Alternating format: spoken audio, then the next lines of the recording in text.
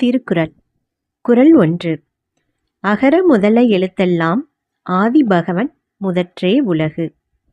பொருள்: எழுத்துக்கள் எல்லாம் அகரத்தை அடிப்படையாக கொண்டிருக்கின்றன. அதுபோல உலகம் கடவுளை அடிப்படையாக கொண்டிருக்கிறது. குறள் 2. கற்றதனால் ஆய பயனன்கொல் வாளறிவன் நற்றால் தொழாஅர் எனின். பொருள்: தூய அறிவு வடிவாக விளங்கும் இறைவனுடைய நல்ல திருவடிகளை தொழாமல் இருப்பாரானால் அவர் கற்ற கல்வியினால் ஆகிய பயன் என்ன? குறள் 3.